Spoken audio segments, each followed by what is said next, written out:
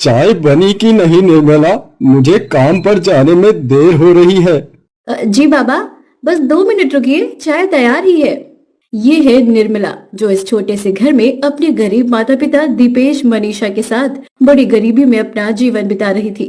बाबा, इस महीने का राशन खत्म होने को आया है, आप राशन के लिए पैसों की व्यवस्था कर लीजिए। ठीक है, मैं मालिक से बात करके उनसे अपनी मजदूरी ले लेता हूँ। थोड़े समय बाद दीपेश घर से निकलकर खेत में आता है और वहाँ काम करने लगता है। अरे सुनो दीपेश। जी मालिक, कल मेरी फसल शहर जा रही है, तो तुम ट्रक में शहर चले जाना और अच्छे से सारी फसल गोडाउन में रख देना। जी मालिक। दीपेश हरीश के इस खेत में सालों से मजदूरी करता आ रहा है। हरीश दीपेश को 100 रुपए रोज मजदूरी देता था। अगले दिन दीपेश हरीश का अनाज एक ट्रक में लेकर शहर जाने लगता है।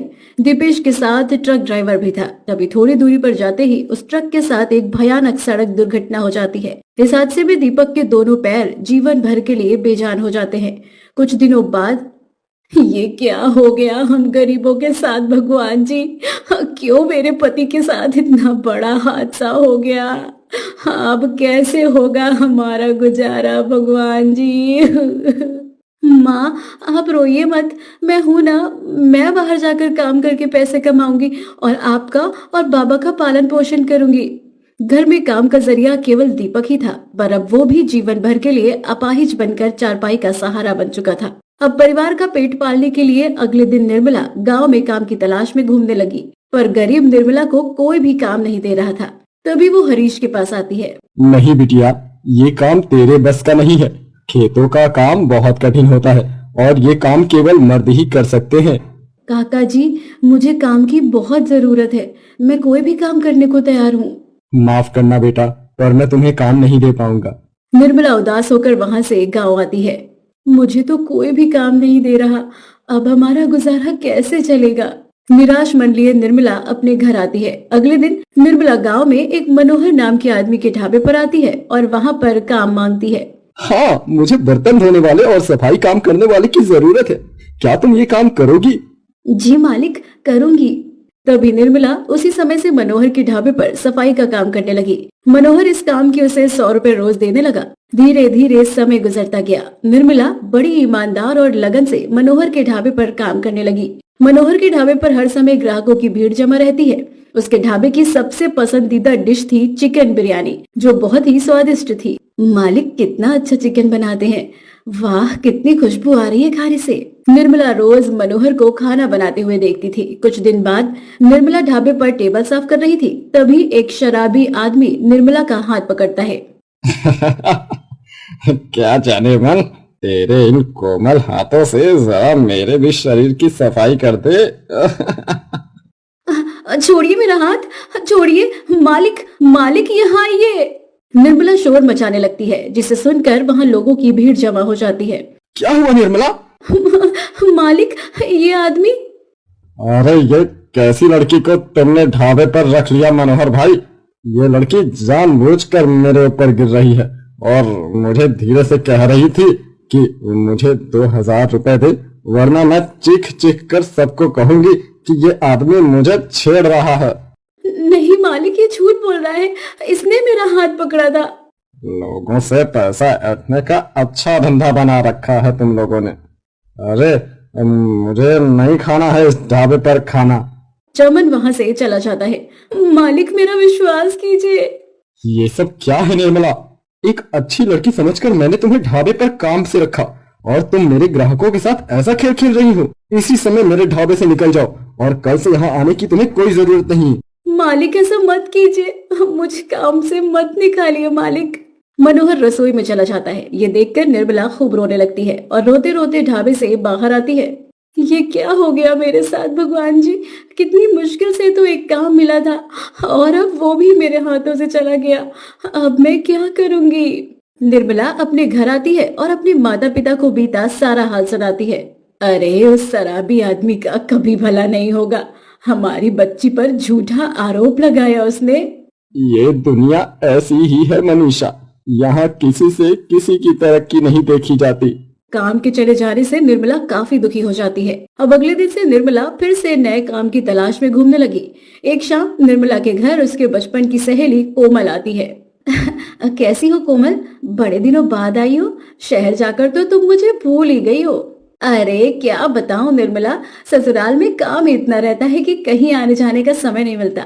अब मैं 2 दिन के लिए ही तो अपने मायके आई हूँ, 2 दिन बाद चली जाऊंगी फिर अपने ससुराल। कोमल निर्मला की बचपन की सहेली है। उसकी शादी शहर में रहने वाले एक अमीर लड़के से हुई है। तभी दोनों आपस में बातें करने लगते हैं। अरे निर्मला, कोमल बिटिया कितने दिनों के बाद आई है, इसके लिए जरा खाने पीने की व्यवस्था तो कर। हाँ हाँ माँ, करती हूँ। कोमल तू बैठ, मैं अभी आई। निर्मला घर से बाहर आती है। हाँ, अब क्या बनाऊं कोमल के लिए? कुछ अच्छा ही बनाना होगा। मेरे पास तो केवल 200 रुपए ही हैं। एक काम करती हूँ, इन पैसों का चिकन लेकर आती हूँ। निर्मला उन पैसों से चिकन लाती है और घर में रखे मिट्टी की छोटी सी हांडी में चिकन बनाने लगती है। निर्मला के परिवार की गरीबी हालत देखकर कोमल हैरान हो जाती है। निर्मला, तुझे उसके बाद कोई दूसरा काम नहीं मिला क्या? नहीं कोमल, मैं हर दिन काम की तलाश में घूम रही हूँ। जब से बाबा के साथ ये हादसा हुआ है, तब से हमारी हालत पहले से ज्यादा खराब हो चुकी है। हर दिन हमें नए संघर्ष के साथ जूझना पड़ता है। दोनों आपस में बातें करने लगते हैं। तभी निर्मला का हांडी चिकन बनकर तैयार हो जाता है और वो कोमल को हांडी चिकन खाने को देती है। वाह निर्मला, ये हांडी चिकन तो बहुत ही स्वादिष्ट बनाया है तूने। कहाँ से सीखा तूने इतना अच्छा चिकन बनाना? वो मैं ढाबे पर काम करती थी ना, तो उस ढाबे के मालिक को देखा देखी ही मैंने भी बनाना सीखा। यार, तेरे पास इतना अच्छा हुनर है तो इसका फायदा क्यों नहीं उठाती? तू गांव में हांडी चिकन बेचने का काम करता और तेरा ये स्वादिष्ट चिकन हांडी तो बहुत बिकेगा। हाँ, पर मैं इस गरीबी में कैसे हांडी चिकन का कारोबार करूं कोमल? मेरे पास एक पैसा भी नहीं है। अरे तो मुझसे ले ले पैसे। नहीं नहीं कोमल, अरे बाबा, मैं तेरी दोस्त हूँ और परेशानी में दोस्त ही दोस्त के काम आते हैं ना। देख, ऐसा मौका बार बार नहीं आएगा। तू मुझसे पैसे लेकर हांडी चिकन का कारोबार कर। अगर तेरा कारोबार चलने लगेगा तो तू धीरे धीरे करके लौटा देना मेरे पैसे। तभी निर्मला कोमल की बात मान लेती है और उससे थोड़े पैसे कर्ज के तौर पर लेकर कुछ दिन बाद एक दुकान किराए से लेकर वहाँ अपना हांडी चिकन का कारोबार शुरू करती है। निर्मला ने छोटी छोटी मिट्टी की हांडी बनाई थी और उसी में उसने चिकन को पकाया था। अब जब लोग निर्मला के पास चिकन हांडी देखते हैं तो वो सब निर्मला के पास आते हैं। अरे वाह, चिकन हांडी! बहन, एक चिकन हांडी देना मुझे। निर्मला ने दुकान के सामने 4 से 5 चारपाई बिछा रखी थी। तभी एक एक करके सभी लोग निर्मला की दुकान में आते गए और उससे हांडी चिकन लेकर वही चारपाई पर बैठकर खाने लगे। अब राह चलते लोग इन लोगों को हांडी चिकन खाते देखकर निर्मला के पास आते हैं और वो भी उससे हांडी चिकन खरीद कर खाने लगते हैं। सबको निर्मला के हाथ का हांडी चिकन बहुत ही स्वादिष्ट लगता है। अरे वाह, लोग तो बड़े शौक से मेरा हांडी चिकन खा रहे हैं। बस इसी तरह मेरे पास ग्राहकों की भीड़ लगी रहे और दिन प्रतिदिन मेरी कमाई ऐसे ही होती रहे।